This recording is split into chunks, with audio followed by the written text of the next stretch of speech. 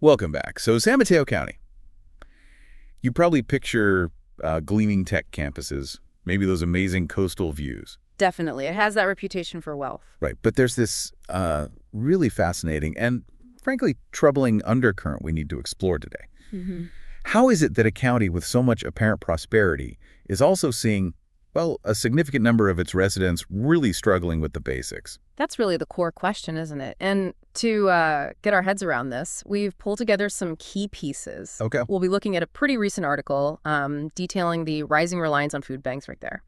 Then there's a deep historical dive from a study on the Golden Gate National Recreation Area lands in the county. Ah, the GGNRA study, right. Exactly. And we've also got some, let's say, unvarnished perspectives from Reddit users talking about Bay Area traffic and housing. Plus, we'll look at Redwood City's story as kind of a microcosm of these bigger trends. So quite a mix of sources. And the idea is to give you, the listener, a clearer picture of the economic pressures, the history, the quality of life stuff in San Mateo County today. Basically, yeah, we want to pull out the key insights so you can grasp the big picture without, reading through everything yourself. Okay, let's dive in. This economic paradox. First, the high wealth right alongside this increasing hardship. It's a really stark contrast. That food bank article lays it out clearly. San Mateo County's median household income is like the 5th highest in the whole country. 5th highest. Wow. Yeah.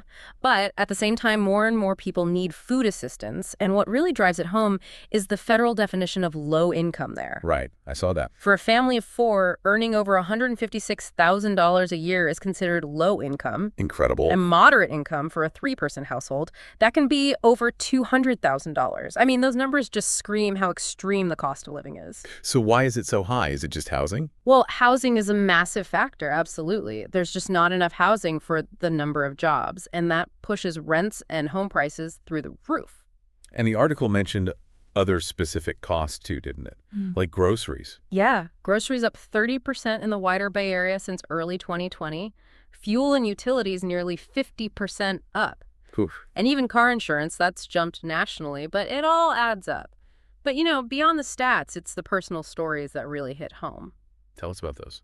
Well, there's Inés Flores. She's 75, living in Daly City. She collects food not just for herself, but for several other families who are working. Working families needing food aid. That says a lot. It really does. And then you have Jacob Capisi in Redwood City. He's retired, owns his home, bought it decades ago. So you'd think he'd be okay. You would, right. But his fixed income is just getting hammered by the rising cost of basics, food, medicine. Owning a home isn't the safety net it once was, apparently. And there was the woman running a food business. Yeah, in San Mateo. Her business hasn't recovered, and now she needs the food bank herself. It just shows how widespread this is. Different people, different situations. And you mentioned something particularly poignant from the article. The farm workers in Half Moon Day, I mean, they're literally growing the food, right? And yet many need food assistance. The ALS food pantry serving that community has seen huge growth. It just highlights this deep economic precarity, even for essential workers in a vital industry. And it's not just about food banks. CalFresh enrollment is up too. Up 40% in the county since 2020. CalFresh is, the state's version of SNAP or food stamps. Okay. But even with that, the max monthly benefit for one person is less than $300 in this economy? It shows the safety net just isn't keeping up. Definitely not enough. But on a positive note, the community response is strong. The article mentions volunteers like Fletcher Stanford, a retired MUNI driver delivering groceries. That's good to hear. It shows people are stepping up, trying to help each other out, even with these big systemic problems. Okay, so we have this clear picture of economic strain, even in this wealthy county. Let's pivot to history. How did we get here? That GGNRA study sounds key. Exactly. To really understand today, you have to look back. This study covers the Golden Gate National Recreation Area land in San Mateo County, and it goes way back. Before the Spanish arrived. Oh, yeah. Back to the Alone people.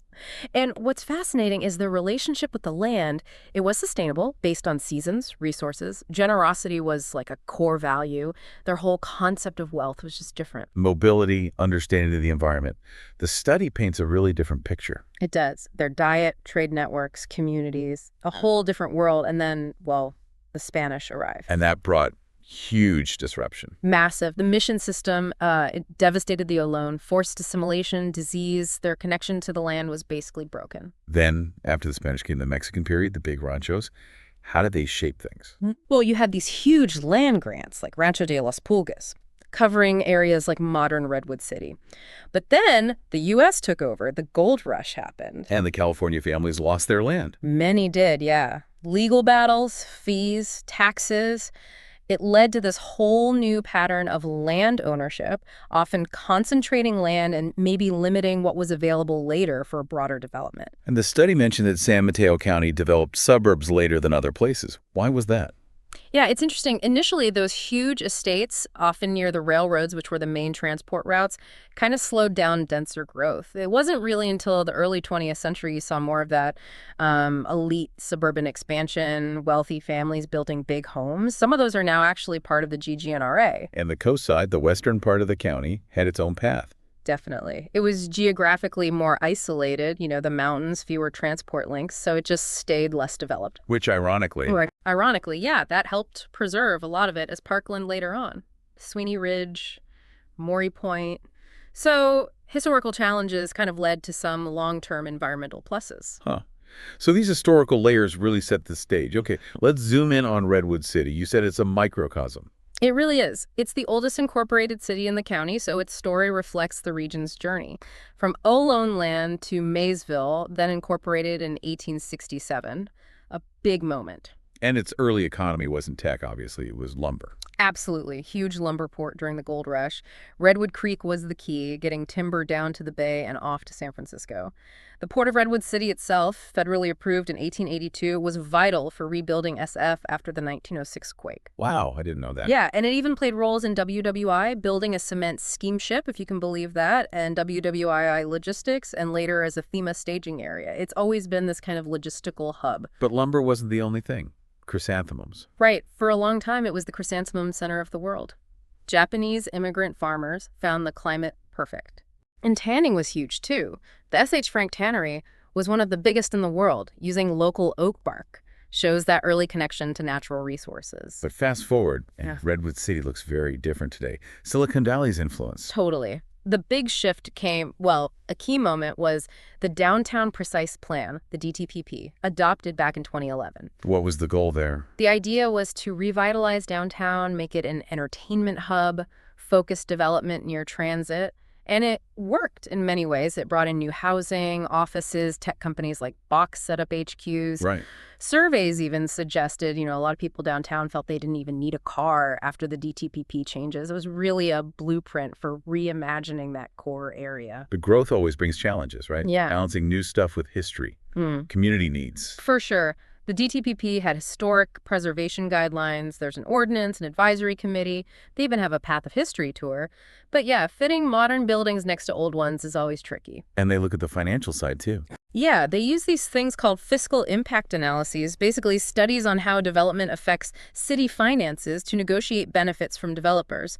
And now they're planning even further ahead with something called the Greater Downtown Area Plan, the GDAP. So a wider scope. Exactly, looking at the broader central city area. And they're investing in other things, too. Parks, transit. Oh, yeah. Things like the Magical Bridge Playground, which is amazing, park improvements at Red Morton, and the huge Caltrain electrification project running through there. That's a big one. It is. And they're seriously looking at a ferry terminal, too, connecting to the East Bay and SF. That could be a game changer for transport. Okay, which brings us neatly to transportation and housing. That Reddit discussion you mentioned sounds like it captured the general Bay Area feeling. It really did. I mean, you read through that thread, and it's just full of people venting about traffic. That classic pattern, jammed going towards the jobs in the morning, clear going out. And the feeling is it's because of housing. Overwhelmingly, yeah. People just can't afford to live anywhere near where they work. That's the core sentiment. And public transit isn't always a great alternative. Well, the stories people shared, commutes taking hours, multiple transfers, like Oakland to Menlo Park, 2 hours each way. It's a little rough. Yeah. And a lot of frustration about BART's limits, not going south of Millbrae historically, that awkward BART to Caltrain transfer. It's a long-standing headache. So the obvious answer seems to be build more housing near jobs, but that's where it gets complicated. Super complicated. That whole NIMBYism thing, not in my backyard, comes up constantly. People resisting new development. Right. There are other ideas floated, like more remote work, satellite offices. But the elephant in the room is still housing availability and cost. It's just a massive barrier for people who work in San Mateo County to actually live there. And some folks on Reddit questioned if just building more would even fix affordability, given the crazy demand. That's a valid point. The demand is just so intense. Plus, you need the infrastructure, schools, water, power to support more housing. It's not just about the buildings themselves. It's really tangled. Okay, so looking forward, what about sustainability? Well, Redwood City, the county. What's the plan? sustainability is definitely high on the agenda. Redwood City has a climate action plan aiming to cut emissions. And being on the bay, sea level rise is a huge concern. Understandably. So they're doing vulnerability studies, improving levees in places like Redwood Shores, plus promoting green building, sustainable transport like we mentioned with Caltrain and the potential ferry. And affordable housing has to be a part of that sustainable future, right? It's absolutely essential. Redwood City uses inclusionary zoning, requiring developers to include affordable units. And big projects are contributing significant funds specifically for affordable housing. They're tapping into state funds, too. Yeah, actively chasing state money for these projects. And that wider Greater Downtown Area Plan, the GDAP, it explicitly aims for equitable growth, looking at land use, design, transport, climate adaptation all together. And it sounds like they know they can't just be reliant on tech either. Right. There's a push for economic diversification, supporting small businesses, workforce development, trying to create broader opportunities, and also focusing on, community life, culture, social connection. Things like the History Museum, Redwood City Together, they see that as vital too. Okay, so wrapping up this deep dive, what are the main things you want listeners to take away? I think the core thing is how interconnected everything is. The high cost of living, the history of how land was used, the limits of the infrastructure. It all feeds into the situation in San Mateo County now.